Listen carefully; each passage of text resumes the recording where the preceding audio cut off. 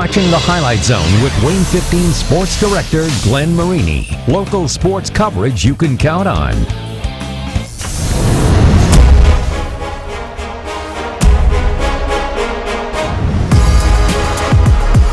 We had a lot of Superman mentalities, and now we're more of a brotherhood. Sometimes beating a team twice is the most challenging thing, so it just comes down to toughness, and I think we have that. We really want this win, so we're going to do anything we have to do. We're just going to go out there, we're going to fight for 4 quarters, and we're going to see if they can stick with us. You got higher stakes here. We're talking about win or go home. It's going to bring out the best in both of us, hopefully, and, it'll be a great opportunity for our kids to play the game of football Friday night.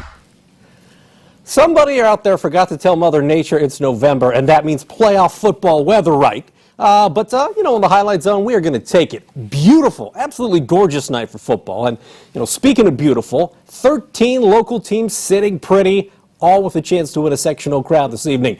We're going to hit up every single one, and we start with our man Colton Howard in your Highlight Zone Game of the Week. Colton. Yeah, Glenn, the temperature is outside heating up, and so was this game of the week. After Bishop Dwenger beat Northside 27-14 in week 2, the line you kept on hearing from both teams out in the field after the game was simply, "We'll see you at sectionals." 10 weeks later, it's down to the crown, and here they are. Northside at Bishop Dwenger. It's your Highlight Zone Game of the Week. Dwenger with the #1 defense this year in the SAC, giving up just 13 points a game. Northside, the second highest scoring offense in the conference at over 37 points a night. Something would have to give at Shields Field. First quarter inside the red zone, Deuce Taylor rifles a pass in the hands of Jordan Turner, and the Legends striking first. PAT no good. It is 6-0. Legends on top. To the second quarter, 6-3. Legends leading with the chance to extend it. Deuce, ball is loose, and Dwenger grabs it. Big break for the Saints, and that's where we leave it at halftime. It is 6-3. Legends ahead. But the second half starting a little different. 3rd and 1 from the 1. Brendan Lytle with the QB sneak on the opening drive, and now Dwenger is on top. It is 10-6.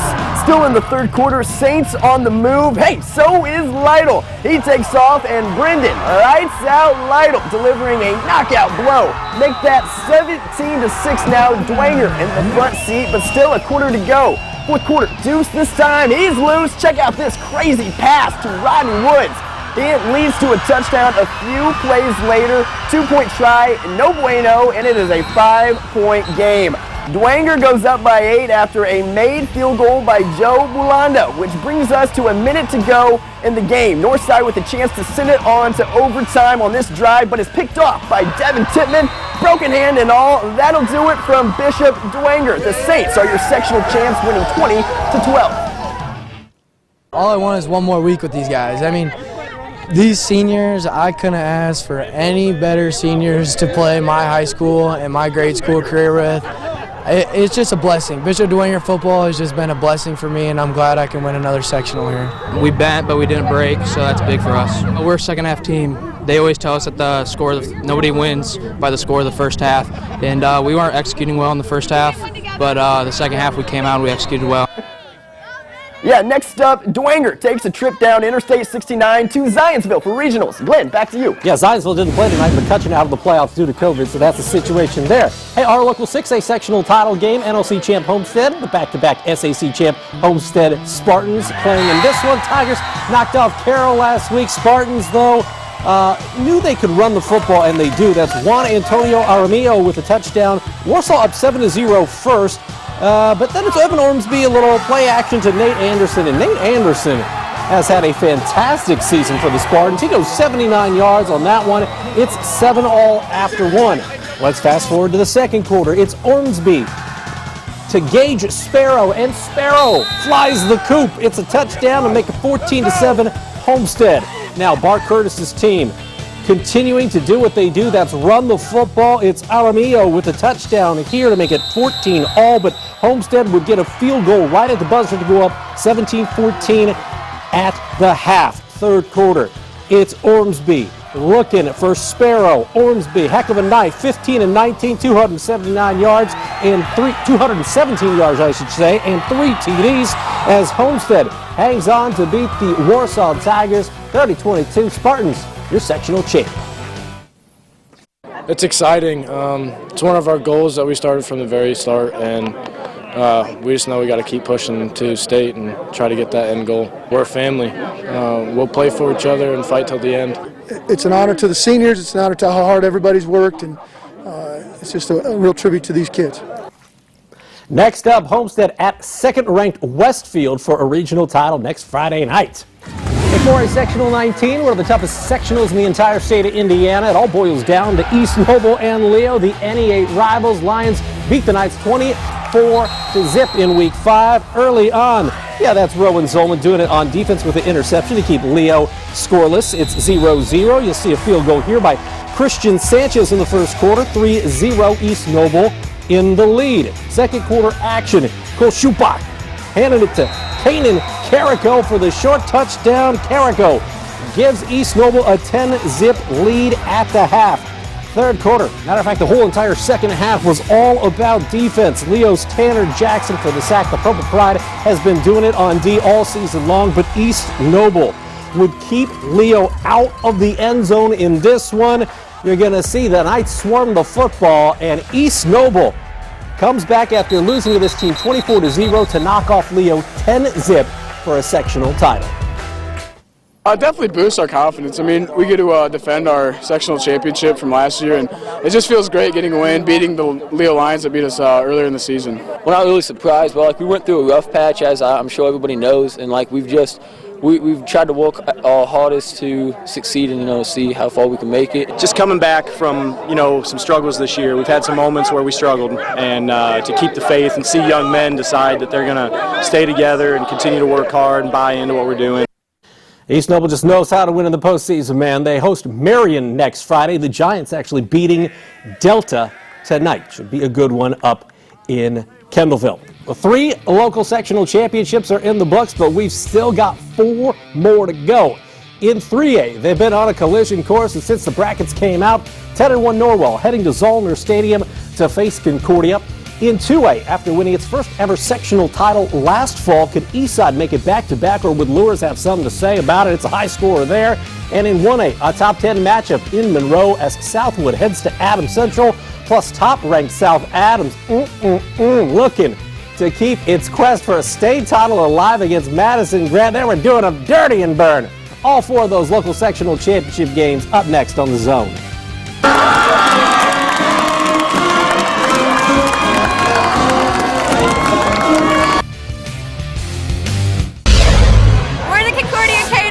And you're watching the Highlight Zone. Let's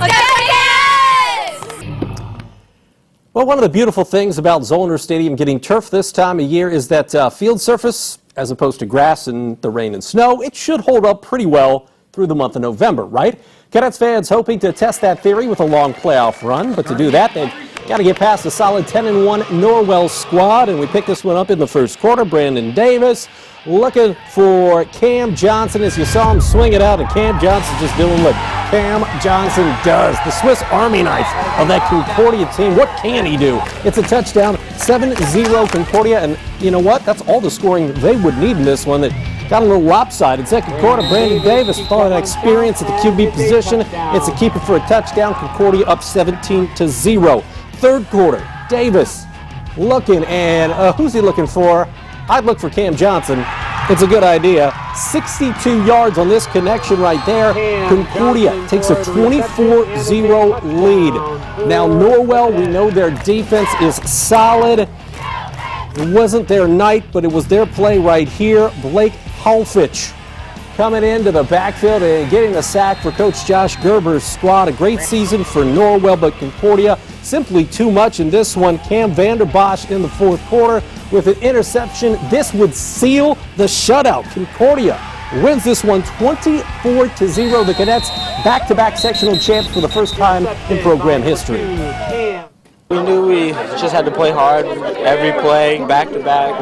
No matter what happened, just always bounce back and play hard because we knew they were going to come out firing. And we did that well tonight, 24-0 final score, so I'm proud of my guys. Oh, it's always meaningful when you win a sectional. I'm excited for the players. I thought they played really hard tonight, really well. We beat a really good team, and I was really impressed with both sides of the ball. I thought we put a complete game together, and so those are the things that make me proud. Next up, it's going to be tough. Concordia heads to #1 Chittard next week for a regional championship. 2A sectional title game at Lewis Field. The Knights knocked off NECC Big Division champ Fairfield last Friday night. Could they knock off the NECC Small Division champion Eastside? Eastside scoring first, though. Laban Davis with the touchdown run. Davis, the quarterback for Eastside, 233 yards on the ground. It's 7-0 Blazers. Not to be outdone was Lewis quarterback Carson Clark, C-squared to Nick Thompson. That's a strike, 7-7 in the early going. Second quarter, it's 21-7 Lures, but Eastside starting to chip away at that lead. Dax Holman, he had 14 carries for 100 yards, including this big one. It's 21-14, but Lures in the lead.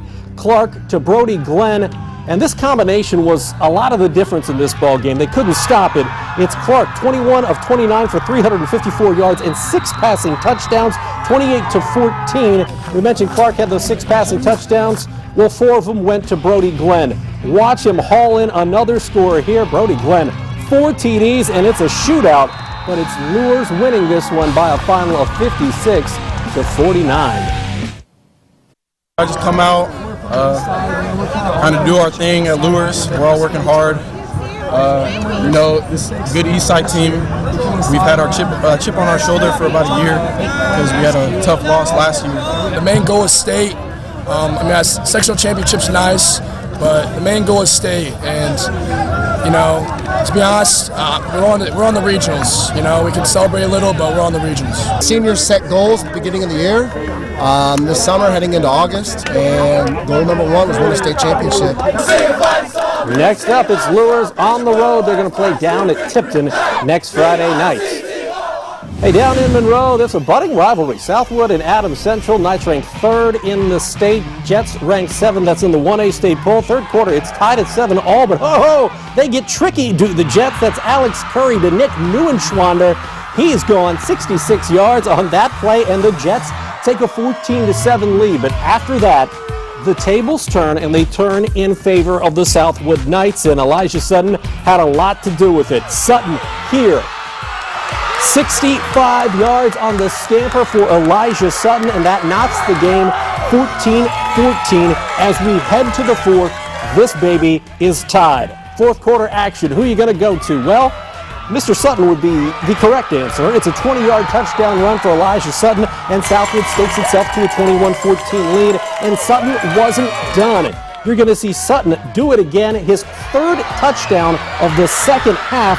This one goes for 67 yards, and Southwood finishes strong in this one to beat Adams Central at Adams Central 28-14. Oh my gosh, it just means so much to us. Back in 2 years ago, they beat us, and we just want to come and show what type of team we are.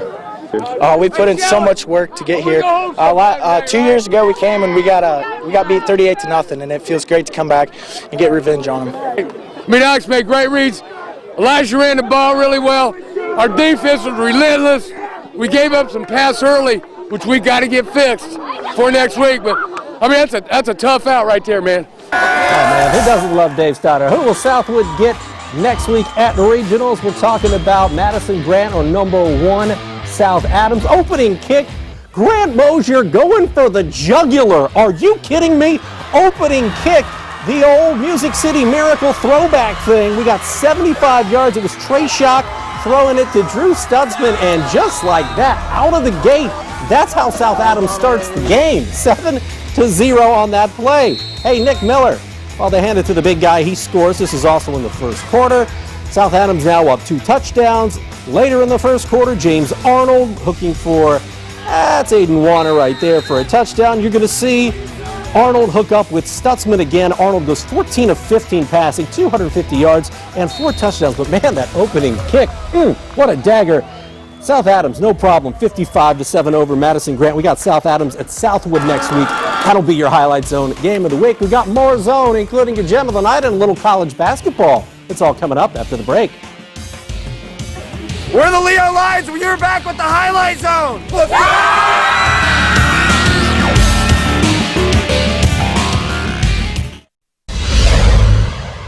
go! We're the Spartans. This is the sectional championship. Welcome back to the Highlight Zone. Let's go! Let's go! Well, tonight notwithstanding, hoops is second to none in the Hoosier State, so you're excused if you got basketball on the brain. While high school girls games got started this week, some of tonight's action got moved for sectional football. Others, like the Canterbury and Wayne game, moved due to quarantine situations. But at Huntington University, we had college basketball. No such problem from Foresters. They were hosting their annual Ness Brothers Hall of Fame Classic this weekend. New coach Corey Alford and company facing IU Kokomo. Second quarter, you've seen him on the highlight zone many times. Columbia City grad Mitchell Wilson buries a three, then he buries another one, and then Wilson doing what we've seen him do many times before, just in a Columbia City jersey. The freshman has the Foresters now up 13. How about Oak Hill grad Caleb Middlesworth down low for a pair, and then former Huntington North stud Hank Pulver pulverizing the competition with the lay-in, and Huntington continues to look good. They're off to a 3-0 start, 83 I should say, to 79. Foresters win that one. Nightcap at Platt Arena, St. Francis with its season opener. The Cougars facing IU Southeast, and in the early going, as I mentioned, this is a season opener, so who's going to get the first bucket for St. Francis, right? It'd be that guy, Antoine Cushingberry. He had himself a night, 21 points for Cushingberry, and then a familiar face, Dan McKeenan, the former Carroll star. He had 16 points, and well, his former Carroll teammate can take care of business as well. David Edja for three. Edja, 18 points, 17 rebounds. Big game for a couple of Carroll guys as Carroll and the Cougars, just the Cougars actually, win this one 83-77. Got Carroll on the brain. Hey, women's hoops, Indiana Tech already off to a 3-0 start. The Warriors looking to make it 4-0 as they hosted Mount Vernon Nazarene. Here they are in the first quarter, pushing the ball up the court. Erica Foy, the pride of Gas City, with the and one. She had 21 points and 10 rebounds, did Foy. And then Taya Andrews, the former Bishop Dwenger star, little fadeaway right there. She had 11 points, did Taya. And then you'll see, to beat the buzzer, Tyra Whitaker scoops and scores. She led Indiana Tech with 23 points as Tech moves to 4-0 in the season, 73-65 over Mount Vernon. Hey, let's get back to football. It is time for your gem of the night, brought to you as always by our good buddies at Peter Franklin Jewelers. And we got to start with the start. Opening kick for South Adams, and wow, they go for it right off the get-go. We're talking the throwback on the kickoff, Trey Schock to Drew Stutzman. It's 75 yards for the score. And just seconds into this game, it was South Adams 7, Madison Grant 0, and South Adams just went on to put it on 55-7. South Adams will travel to Southwood next week for your Highlight Zone Game of the Week. That is your Peter Franklin Jewelers Gem of the Night. Next week's games, regional championships. You got 6A action. Homestead at Westfield. Westfield ranked number 2 in the state. That should be a good one. 5A Dwenger is at Zionsville. Marion at East Noble in 4A. In 3A, Concordia travels down to face number 1 ranked Chittard. 2A, Lewis hits the road. They're going to be playing at Tipton. And you don't see it, but it is going to be our Highlight Zone Game of the Week. South Adams at Southwood. We're going to start with a little 1A action as Dave Snyder and Grant Mosier go head-to-head to battle for a regional championship in 1A at Sherman Wagner Field. Hey, that's going to do it for the sectional championship edition of the Highlight Zone. For Colton, I'm Glenn. We'll see you next Friday night where we're talking regionals here on The Zone.